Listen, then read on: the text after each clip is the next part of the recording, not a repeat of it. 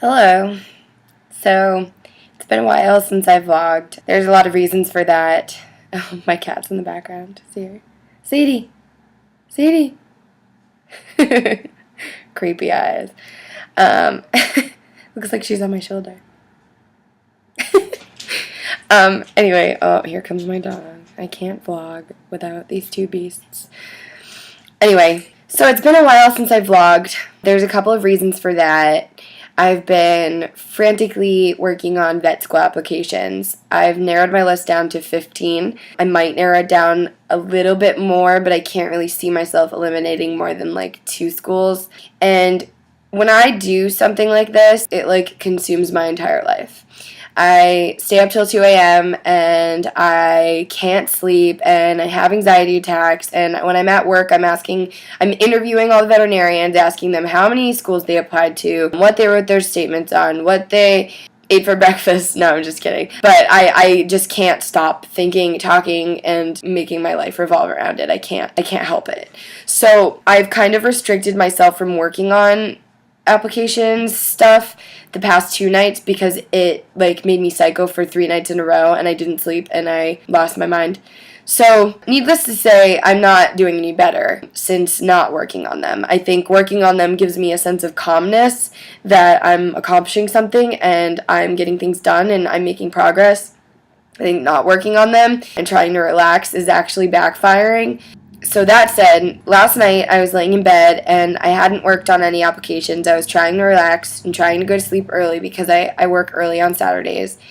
And I started to panic and I started to have anxiety. And then I had a thought that triggered more thoughts that made me think of my friend Mike. My friend Mike, his full name is Michael Jonathan Fox, which, yeah, I know, Michael J. Fox, haha. I used to make fun of him because of that. I met him in freshman year, and he was in 8th grade, and someone randomly on AIM who knew the both of us, she barely knew him. I think she got his screen name or something. She was younger than him. She was the sister of one of my friends. She saw a poem in his profile and sent it to me, and I was like, and it was like kind of like dark, and I was kind of dark and depressed at that time, and I was like, oh, that's really good, who wrote that? And she was like, oh, this kid, I don't really know him that well, but I can give you a screen name. So she gave me a screen name and we started talking and we really hit it off. We talked a lot and we decided to meet up one day after school. So we met at this like plaza that was halfway between my high school and his middle school.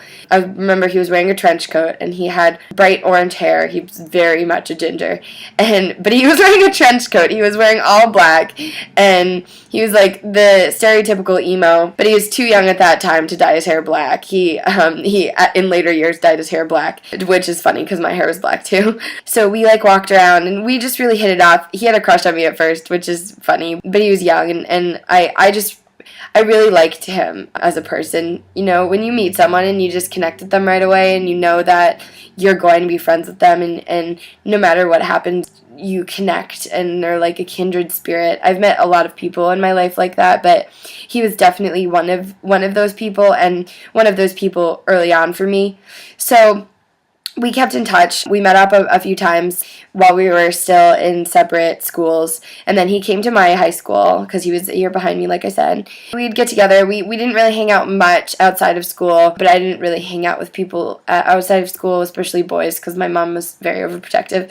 But I kept in touch with him, and he was very depressed, and I was very depressed in high school and when I was young. So we kind of related on that level, and he used to call me at like 2 in the morning and be like, Amber, I'm going to kill myself. I can't take this anymore. I want to die. I don't want to be here. And I'd spend hours talking to him and begging him not to. And I loved him. I really did. We were really close like throughout high school. He used to steal eyeshadows for me and give them to me as gifts at school, and I just thought it was so cute. And we used to like pass each other notes, and there was a lot of communication until later on in high school. He got like this really great group of friends. I would never badmouth this group of friends, but they were different than me, and Mike and I were very much a one-on-one type of friends. I had a lot of one-on-one friendships where I didn't have groups. I had, like a friend over here and a friend over here and a friend over here and a friend over here. And they had maybe their own groups, but I was close with all of them individually. So he was into a group that was doing drugs in high school, and he was smoking cigarettes, and he was doing drugs, and I really wasn't into that. I was very much innocent in high school, at least in that regard. I wasn't into that stuff. So we kind of lost touch a little bit. We weren't as close, I guess. We didn't exactly lose touch. We were always in communication. But so then I went to college, and he was in his senior year of high school. And I was in Boston, and I got a phone call from my cousin who was in Mike's class. And she doesn't call me, so I was wondering why she was calling me. So I picked up, and she said, "Hey, did you know Mike Fox?" And I was like, "What? Did I? Did I know Mike Fox? Why did you just say did? Why did you just use the past tense?" And she quickly realized that that was a really stupid way to tell me that my friend had died. So I did know Mike Fox, and he did become the past tense because he died that day. He died September 14th, 2007, and all she knew was that it was an overdose, and I didn't know if it was suicide or if it was an accident, and either way it was hard to deal with because, why didn't he call someone? He always called me to talk him down if it was a suicide, and if it was an accident, how can you not, hate that person for making that mistake?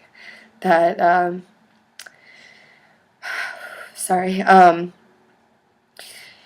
don't know which is worse, but it was bad, regardless. So I came back from Boston, and I went to his wake, and it was really hard. The whole place was full, and at that point, he was one of the very first to pass away that I was close with. Since then, a lot of people that I'm close with have passed away, and I was 17 and he was 17, and everyone there, when I got to the funeral home, everyone was my age and younger. It was really difficult, and not only was it difficult because I kind of knew these people that were there, but I wasn't friends with them because I wasn't in his group, so people were just kind of looking at me like, who is this girl, and why is she bawling her eyes out? And it was hard, and wakes are hard as it is, but I walked up to him, and I remember looking at him, and the hardest part, the hardest part was that they put his black-rimmed glasses on his body in the casket, and I just, couldn't get over that, and I just still haven't gotten over that. Just seeing him with his glasses on, and, it's just hard because, why does he need glasses? But it was him, and it looked like him, and it would have been weird if they weren't on him, of course, but that was something that I never forgot. I just always held on to that. Why were his glasses on? I couldn't believe that his glasses were on. It was like a wax mannequin wearing glasses. Why? So, it's been 6 years since then, and last night I was thinking about Mike randomly, and I've never been good with dates, and I'm not good with cemeteries, and I'm not good with remembering birthdays or death days or stuff like that. I try not to focus on dates because then it impairs me during those days. I've never, in this past 6 years since he's died, I didn't really keep an eye on the date unless someone reminded me. But last night I had a panic attack that lasted all night, and I couldn't stop thinking about Mike, and I didn't know where it came from, and I didn't know what day it was. And then I looked up his obituary because I had a feeling, and sure enough, September 14th was the day he died, and it was almost midnight. So it was a hard day today, and it was hard at work, and it's funny because only one person noticed that I wasn't myself, and I'm normally very outgoing and bubbly, and one person was like, "What's wrong?" there's something wrong. And I really didn't want to talk about it or make it known that I was upset. And, I feel like people are like, oh, it's been 6 years, get over it. But for some reason, this year hit me harder than others. It's just hard because, like, he would have been 23. So anyway, when I got home, I decided I need to go to the cemetery right now. And I don't really know why I went to the cemetery right at that moment, but I had to. It was just like my body like forced me to. So I went to the cemetery, and there were 2 girls sitting there at Mike's gravestone. They left pretty soon after I got there. So I just sat there by myself and just stared at his picture, because there's a picture of him on his gravestone. It was his senior picture. And he didn't make it to senior year, so that's ironic. But then some cars started pulling up, and a girl sat down and said, "Hi, I don't think I've met you. My name's Caroline. I'm Michael's sister." And I shook her hand, and I said, "Hi, I'm Amber, and it's really nice to meet you." And then Tanya came, and she was best friends with Mike, and I knew her. And she was like, "Wow, it's really good to see you. It's been a long time." And then his cousin showed up, and then his dad showed up, and his dad hugged me and kissed me on the cheek. And we all sat there for about an hour and a half, and I just kind of invited myself to this family thing that apparently happens every year that I've never been a part of. And they were all happy I was there. We didn't talk about Mike at all. We talked about Doctor Who, and we talked about Dexter, and we talked about cats and jobs and news, and we talked, and we sat there in front of Mike, or on top of Mike, I guess, on top of his body or whatever is there, and we talked, and it was nice, and it was exactly what I needed. And they were talking about food, but I didn't want to impose because I didn't really know them, and they all knew each other very well. Tanya stayed very close with his family, so I just kind of, I was like, it was nice seeing you all. It meant a lot to me to meet you and to see you today. And so I walked away, and I went and gave a kiss to my grandmother's tombstone, and it's right near Mike's. It's funny because actually when I was 18, I used to have a lot of breakdowns, and I felt like I had nowhere to go. I'd lay by my grandmother's tombstone, and I would just cry, and I would just lay there. And then I'd go and I'd sit in front of Michael's, and I'd cry there too. And it was just bad. And I try not to visit the cemetery for that reason, because I relied on that a lot as like a getaway place, and it's not really the best getaway place because it's just so sad. So I kissed my grandmother's tombstone and headstone, that's the word, headstone. And I was getting into my car, and I hear, "Amber, Amber, Amber," and they're all screaming for me. So I got out of my car, and I was like, "What's going on?" And they were like, come out to eat with us. So I went out to eat, and it was just me, Tanya, and her boyfriend. We sat there for about 3 hours, and I finally got to ask all the questions that I didn't know the answers to about his death. I was like, fuck it, I'm going to ask Tanya. I'm going to ask her how he died. I'm going to ask her, because I didn't know anybody when he died. I wasn't close with anyone, so I couldn't ask, and I didn't know. And so I asked her how he died, and she said it was an accident, but she said she believes that it would have happened soon if it hadn't happened then. She told me a lot of things, and she comforted me a lot. And it's amazing how everything played out today, that I went from a panic attack to it being Mike's anniversary of his death to accidentally ending up at the cemetery, and then being included into this like circle of love, and getting to know everything that I didn't know, and ask these questions that I didn't know the answers to. I don't know if it was Mike's doing.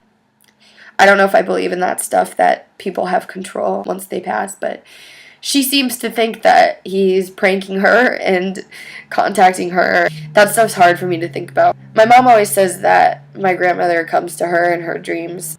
Even when we went to a medium the other day, which I know sounds crazy, she got contacted by my aunt, and it sounded legit and so specific, and I may or may not have had some weird contact, but it wasn't accurate, and it didn't feel right, and I don't understand that how people can be contacted by people who have passed, but not me. And I know so many people who have died, so why not?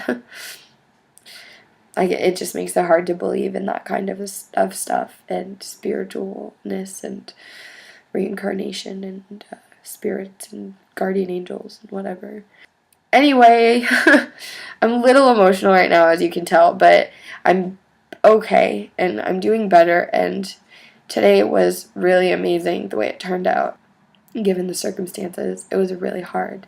It's really hard to lose a friend, especially so young and at 17, and it's been 6 years, and that boy would have been a 23-year-old man today, and he would have been helping people. He would have been working in a mental hospital, and he would have helped a lot of people, and it's just, it's really sad. So there's some peace of mind today, and it's just funny how things happen, and maybe it was Mike that pulled me and Tanya together, but it helped, and I'm emotional, but I feel better, and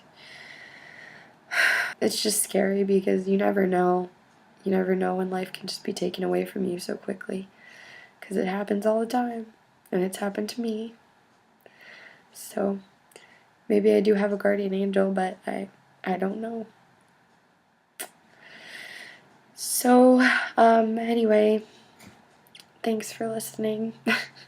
Sorry I'm so emotional. At least I vlogged. Have a good night. Thanks for watching.